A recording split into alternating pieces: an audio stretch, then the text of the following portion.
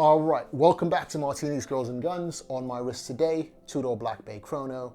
Don't remember the reference number. I will do better with that as I keep doing these, but it's a Panda dial Black Bay Chrono. So what are we here to talk about today? Today, I want to talk about medium format lenses. We all know the cameras are coming down the line, but I wanted to give everyone a heads up because we've seen this happen before. When full frame cameras blew up over the pandemic, we all saw the prices of vintage glasses, Leica, Canon FD, Pentax Super Takumar shoot through the roof. That's about to happen to medium format glass, only in slow motion. Why in slow motion? Because the cameras are not out yet, but as the cameras start to drop, we're going to see the price in these lenses shoot up. And why am I giving you free game? That's because I already built my set last December. Medium format, they used to be niche, too big, too slow, too cumbersome, but that is all about to change. Medium format is no longer just a niche thing for photographers and luxury rental houses. As I talked about in my last video about the GFX Eterna, a new wave is coming. We're about to see a slew of medium format digital cinema cameras.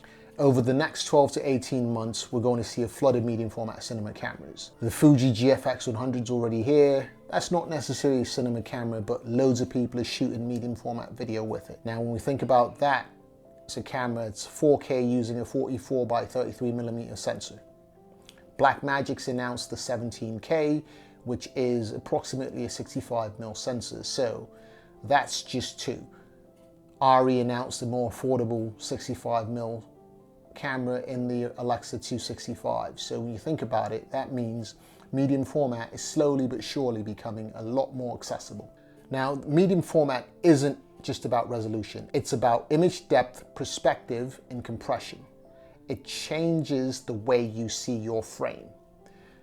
There's one slight problem. Outside of the lenses that Fuji makes for the GFX, the lens market isn't quite ready for the slew of cameras that are coming down the pipeline. While most modern medium format lenses are built for stills, fast autofocus, lightweight designs with fly-by-wire controls, you know, the GFX line of lenses, that's not what we want for a cinema set. That's where vintage glass comes in. Things like your Pentax 6.7, they've got the Pentax 6.7 105mm f2.4. That lens is known for its velvety falloff, swirly bokeh, or the Mamiya 645 80mm f1.9 with its stunning dimensionality and painterly softness. There's also the Zeiss Jena 80mm. That's a dreamy East German lens with low contrast and beautiful spherical bokeh. These lenses were made for larger than full frame formats, with image circles that match or even exceed today's medium format cinema sensors. And now that they're being cinemodded or rehoused, you should probably scoop them up in preparation for the slew of medium format cinema cameras coming down the line. You have the option of going the rehouse route with places like Iron Glass, TLS, or GL Optics. I'm sure there's other companies like TK Lenses will eventually rehouse lenses, or if you were doing something like a Fuji GFX Eterna, you could actually just get an adapter from Fuji G mount to whatever mount you want. Those are readily available because the Fuji G mount's been out for quite a few years now. We've seen this happen before when full frame kind of went mainstream. You saw Leica R prices shoot through the roof. You saw Canon FD prices shoot through the roof. You even saw Super Takumar shoot through the roof. And you saw things like the Helios, Iron Glass, shoot through the roof. Right? So this is deja vu, just in slow motion. Right now, you could still find some decent medium format glass on eBay, camera shops, or from old photographers who probably have no use for them because they want the new hotness with autofocus. So now's a perfect time to buy yours.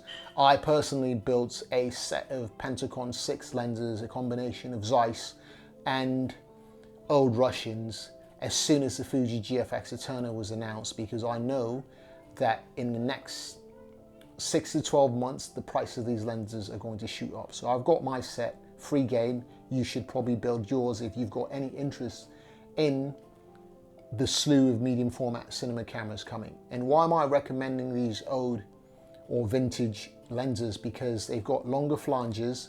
You can adapt them to almost any camera you choose to go with. So if you're not buying a Fuji in the future, you're not buying a GFX Eterna, or you're not buying, say, the second gen of the GFX Eterna, you can adapt it to a Blackmagic 17K. You could adapt it to, say, Nikon's medium format. Because I guarantee you, everyone will have a medium format offering in the very near future. So, if you want to stand out in the next wave of digital cinema, I'd suggest that you don't wait for the cameras to start shipping. Start with the glass. If you found this helpful at all, hit like, subscribe, and yeah, in the comments section, maybe tell me about a medium format film lens or vintage lens that I may not know about. I've got my set, but I'm still looking to add to the collection. Again, Sean from Martini's Girls and Guns, and I'm signing out.